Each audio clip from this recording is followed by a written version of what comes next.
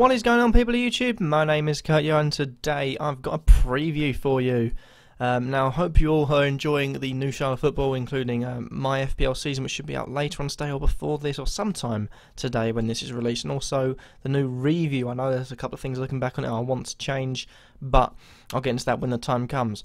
But first of all, we have to go through the preview. One quick another thing to mention is that thank you for those of you that have shown the support on the House Deal Bullies plus my recent experience.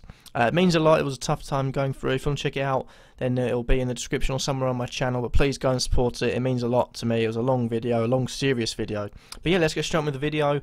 So today we've got something to talk about. We've got previews to talk about, and basically instead of me saying who I'm going to put in my team, basically delay for 10 minutes, I'm going to tell you straight facts, who should be going in your teams, maybe transfer wise, maybe just there in your team in general, and who should be going out of your teams this week.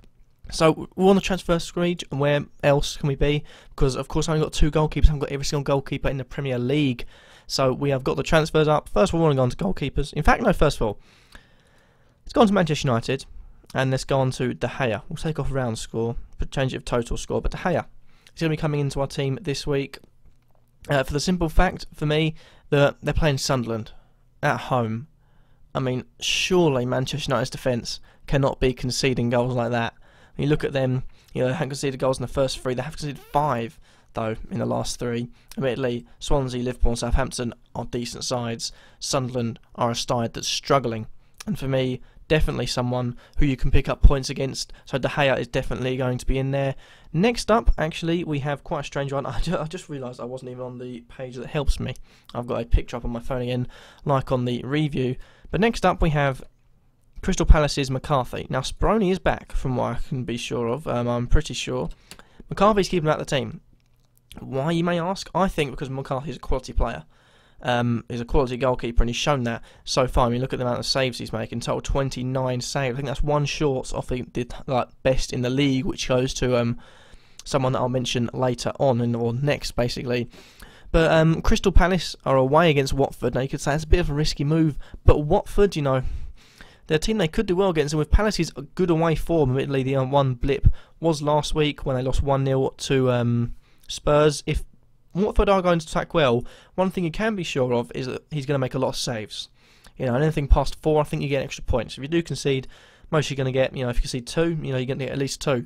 So it's a safe bet if you're not getting loads of minus points, and also it could lead to you, if they are going to attack well, sort of keeper that will get you clean sheets and a lot of saves. So something definitely to bear in mind, and something that maybe it's worth getting into your team, like I did this week, instead of Czech. However, I did play my bench boost, so it didn't matter. Anyway, lastly, we have to go on to Stoke. And Jack Butland, I did mention, he's just one short off the top. Jack Butland is the top with 30 saves, incredibly. And Stoke are only on 3 points. You could be saying, what are you doing here? But they've got Bournemouth at home. Made Bournemouth for me good. But Butland, the least you can expect to make a lot of saves. I just realised it's 3 saves gets you a point. So all you got to make is saves. And I think, even if Stoke are to bully the game and get a clean sheet, then, maybe so. But if they're to bully the game, but let shots fly in, Butland will save them. He's a quality keeper. He's big. He'll get to a lot of things. I think that's the same with McCarthy. They're both big goalkeepers. Hard to get round. And for me, Butland is a safe pair of hands to have in your goal. Because you look at the big teams down here. You got Spurs and City. Admittedly, no, I don't think that'll be a goal. It'll be a goal, for each team, at least. And you got Arsenal. Looking at Leicester, might be conceding. You got Man United, I've mentioned. Liverpool play away to Aston Villa. Could be worth putting Mignolet in, but for me, I don't think Aston Villa will get enough shots on the goal to warrant that. And lastly, I forgot Chelsea.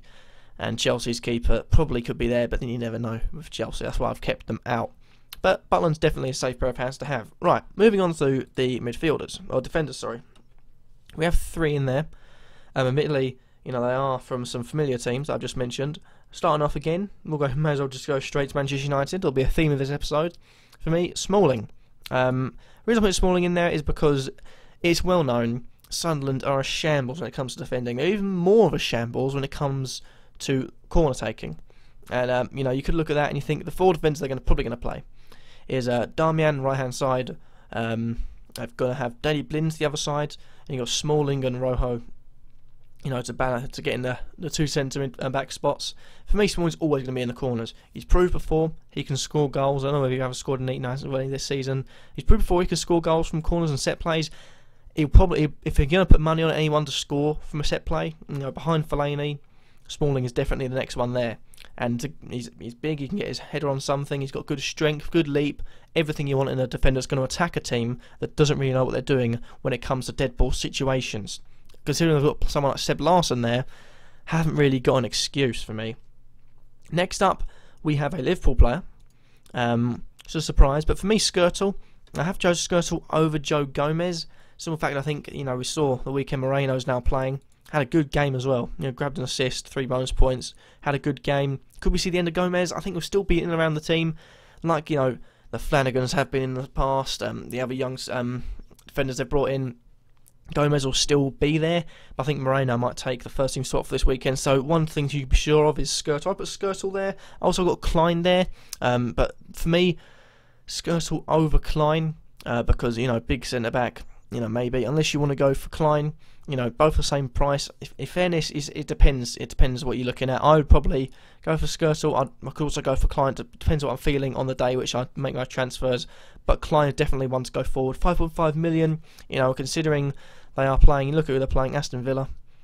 Pretty much, deserve or you got a clean sheet in the bag there. When they can get forward and get anything, hopefully they can. And lastly, I did mention him in the review. I've got a West Brom defender, and that's Johnny Evans.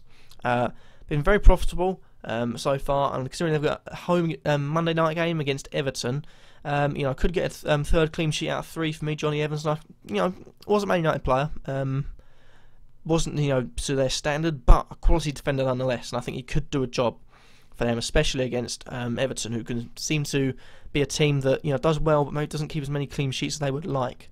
But we'll have to wait and see when it comes to them. Midfield-wise, where else to start? May as well straight back to Manchester United and their top-scoring midfielder by ease, Juan Mata. He grabbed a goal at the weekend, making his point tally 7 on the week, or from the game weeks. And also, look at that, he's done very well so far, grabbing 2 assists and 2 goals in his first 6 games. Not a bad start for someone who has been an outcast in both Chelsea and Manchester United, possibly, in his last few years. But you're looking at it and you're thinking, what can he do? Well, Sunderland, as admittedly said, shambles from dead ball situations. Who else is going to find Smalling? You can't have no person taking it. For me, Mata could be instrumental in that, playing the balls through, getting on the corners and free kicks and whipping them around and finding ahead of Smalling. And for me, the Mata-Smalling combo, could get you a lot of points, because Smalling to get you clean sheets, maybe a goal. Mata to get you assists and maybe goals. And of course, we've got one more Manchester United player to mention later on the strikers part. I can tell you it won't be Rooney. Let me just put it that way. Moving on from Mata, we do have someone by the name of Ayew for Swansea. I have to keep on looking down. I can't remember things. I'm really bad at that. But the reason I'm putting Ayew in there is because you're looking at that. Easily been the best midfielder. And you look at who Swansea have at the weekend. They're away against Southampton. Now, Southampton, have conceded 6 goals in the first 3 home fixtures. So for me, looking at that, Swansea could be profitable going there.